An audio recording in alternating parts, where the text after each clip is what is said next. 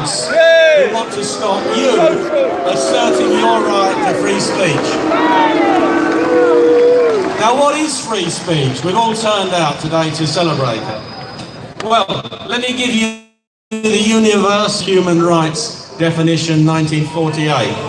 Everyone has the right to freedom of opinion and expression, to hold up without interference and to seek, receive and impart information and ideas through any media, regardless of frontiers.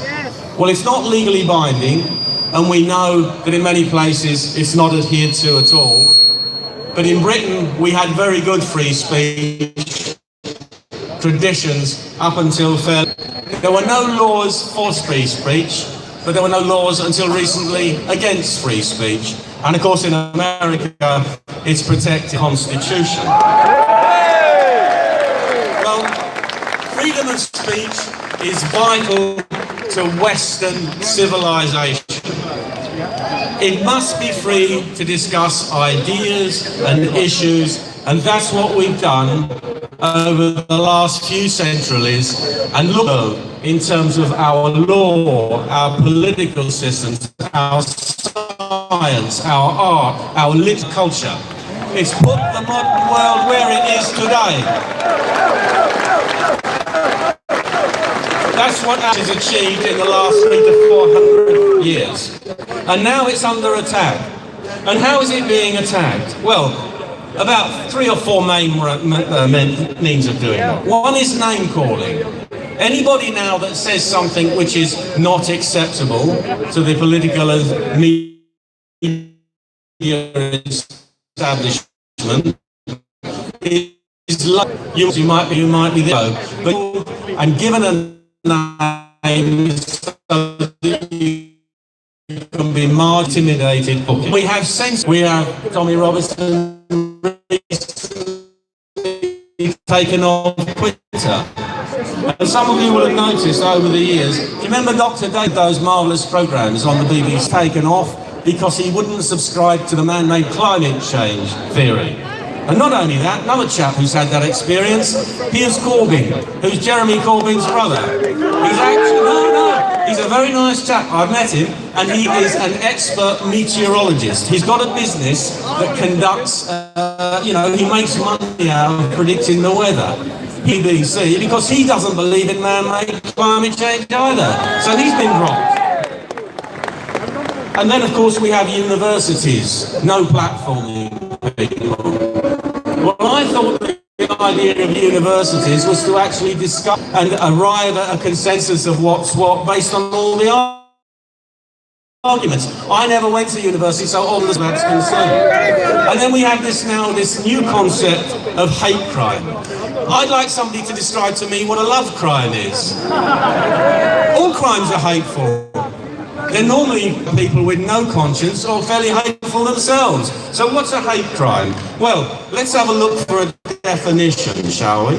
Now, if I quote you the Public Order Act of 1986, just to give you a brief overview, nothing in the Act which actually prohibits or restricts discussion, criticism, ridicule, insult or abuse of particular beliefs and practices of their adherents. It's that you have the freedom to belief systems and ideologies. But now look at the most recent Police and Crown Prosecution Service in that act, and I'll read it to you. If someone does something that isn't a criminal offence, but the victim, by prejudice or hate, class this as a hate incident. Though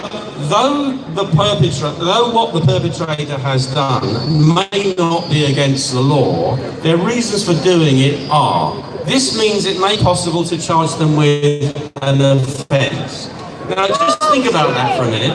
Is that someone can be charged with a criminal offence for expressing an opinion that isn't a criminal offence, but because someone took offence at their opinion, they can be charged. This is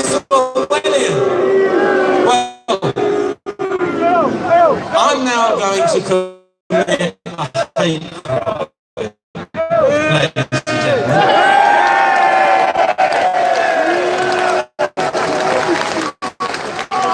And you're all my witnesses.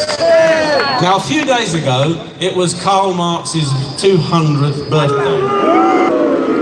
Now, I hate Marx. I hate what it's done to the world. Oppression, the suffering, the murder.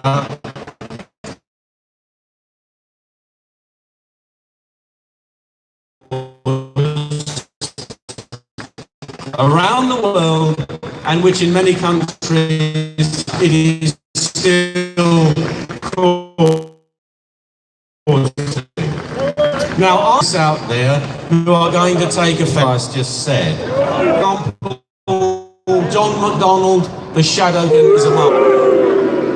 If he was a police, I could be guilty of an offending charge, and I shall look forward to my day in court. Now,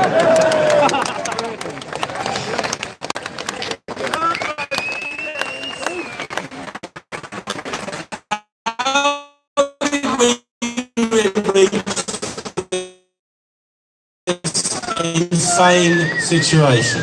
Well, it's our old friends, political and cultural Marxism. Now, you'll all know where political correctness comes. In this country, the political actually described reality unreal. But on the other hand, it's it. So what was going to put the incorrect standards was correct Marxists, though they invented correctness.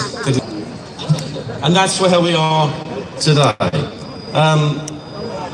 What we're seeing with political correctness is a kind of an unholy alliance between the left and big international business. What they're trying is a globalist system controlled by a centre. We will make America great again.